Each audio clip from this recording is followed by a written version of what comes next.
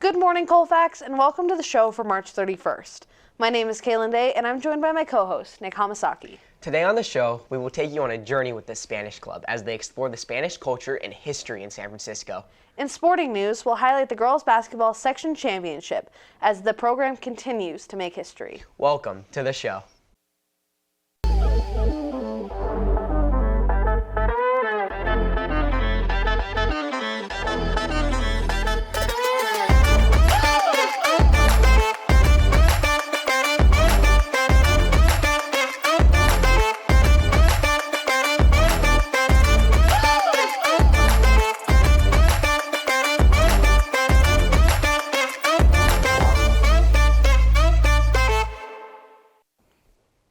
We'd like to open the show with thanking the leadership team, the staff, and all our classmates for making Olympic Week amazing once again.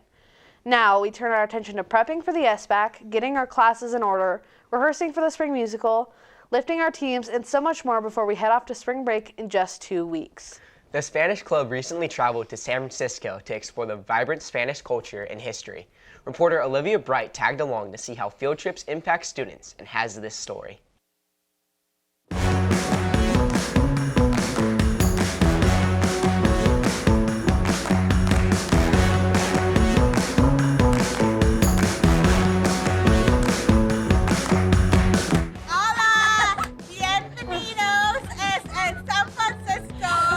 The Spanish Club has been exploring new ways to grow their knowledge of the Spanish language and culture. Mrs. Rose explains why learning in action is so important. I think field trips are extremely important to education. As teachers, we do the best that we can with a certain amount of time, but we're always in the same setting. And so when you go out into communities, students are interacting with not what the teacher is providing, but with the environment around them. The Spanish Club got to go out into the real world and use what they have learned in the classroom with Mrs. Rose. On this field trip to San Francisco, the first thing we'll do is go to the Mission District, where they have the Clarion Alley Mural Project, which is a space for community members to come together and paint about different social issues that are affecting the community.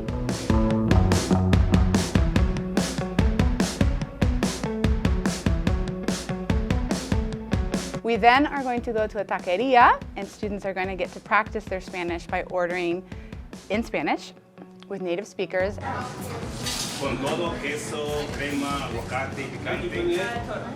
¿Por qué no?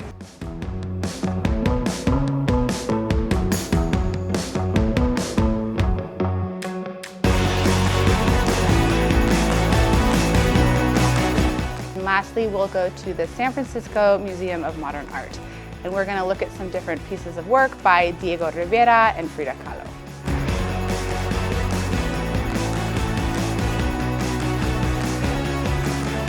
The club's trip to San Francisco is amazing, but the next step and the club's new goal is to go abroad.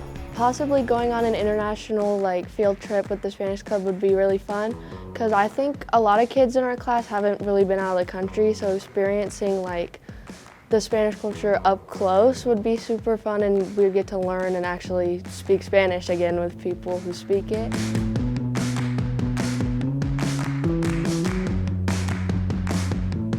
I'm Olivia Bright for CTV, signing off. Thank you, Olivia. The Spanish Club is a great way to get involved on campus and learn about all aspects of the Spanish language that you might not get in class. And who knows, maybe even travel the world. Speaking about getting involved on campus, the Thriftathon is right around the corner. If you're interested in finding some great deals in supporting sustainable consumption culture, then head to the Ron Pucci Pavilion at lunch on April 4th. Vendors registered last week and will be eager to show their clothes. Absolutely. The clothes and accessories are something you do not want to miss. A team of CTV broadcasters joined the girls' basketball team when they made their journey to the Golden One Center on February 28th to play for a third section title in a row. Reporter Samantha Reedy-Platt has a look back on this amazing story, but first we have this special SBAC testing message. Has this ever happened to you? And that's why 2 + 2 = 7. Wait. Yeah. Anyways, blah, blah, blah. Your school's so underfunded. Teacher ain't even teaching on a board. I don't even know how to read, and even I know this is wrong. I can't believe how bad it's gotten. I know, we're seniors and it used to be so much better. Wait, where do our desks go? Where do our supplies go? Where did our teachers go? Where do our buildings go? Where do our smarts go? Where are we gonna go? Well, do I have a solution for you? Hi, I'm Sebastian Choppelas. I'm a senior, but I'm also a student who cares deeply about academics. And juniors, I'm here today to talk to you about your SBAC testing from the Smarter Balanced Assessment Consortium.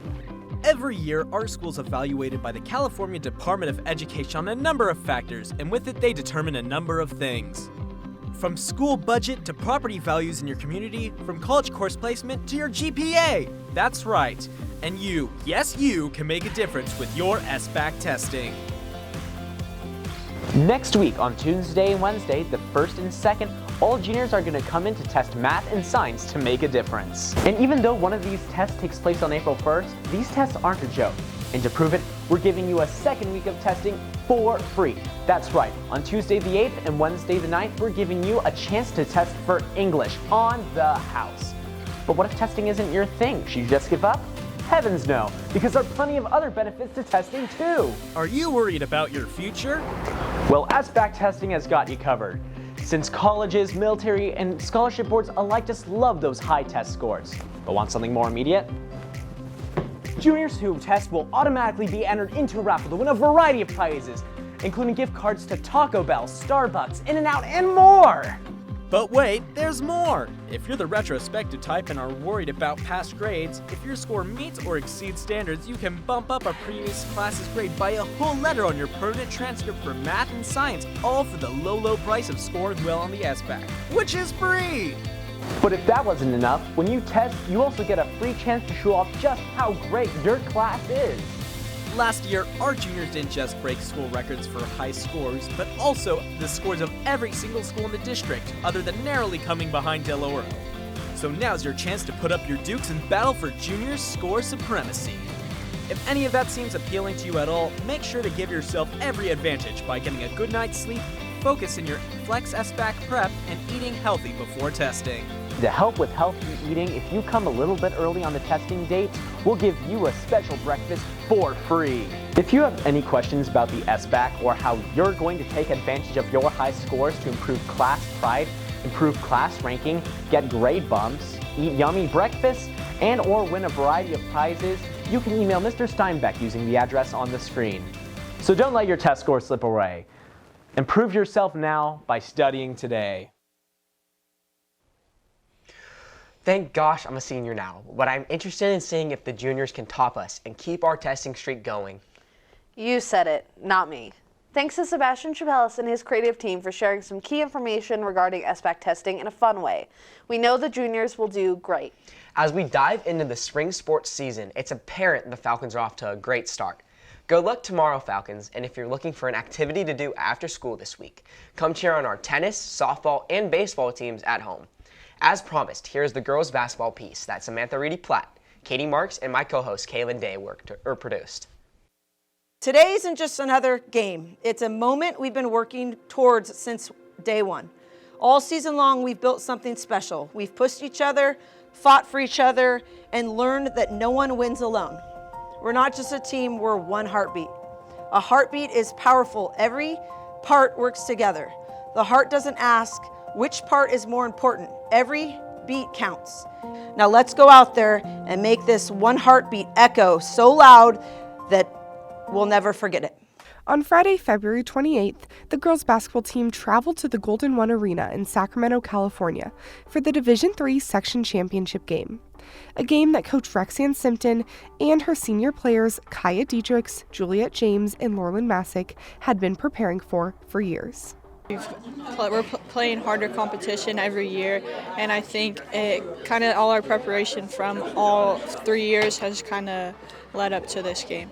The team entered the game as the #1 seeded team in Division III and faced Ponderosa High School after a dominant performance against Rio Linda High School in the section semifinal. From tip-off, the team was composed and focused, carrying their game plan from the locker room onto the court. Not to mention, the nest was electric, giving these Falcons the extra boost they needed to finish the game off strong. And by the time the final buzzer sounded, your Colfax Falcons were section champions.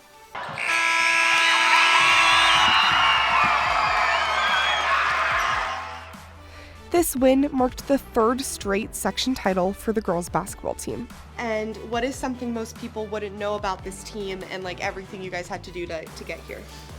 Just how much adversity we face. Everyone expects us to make it. Everyone expects us to win.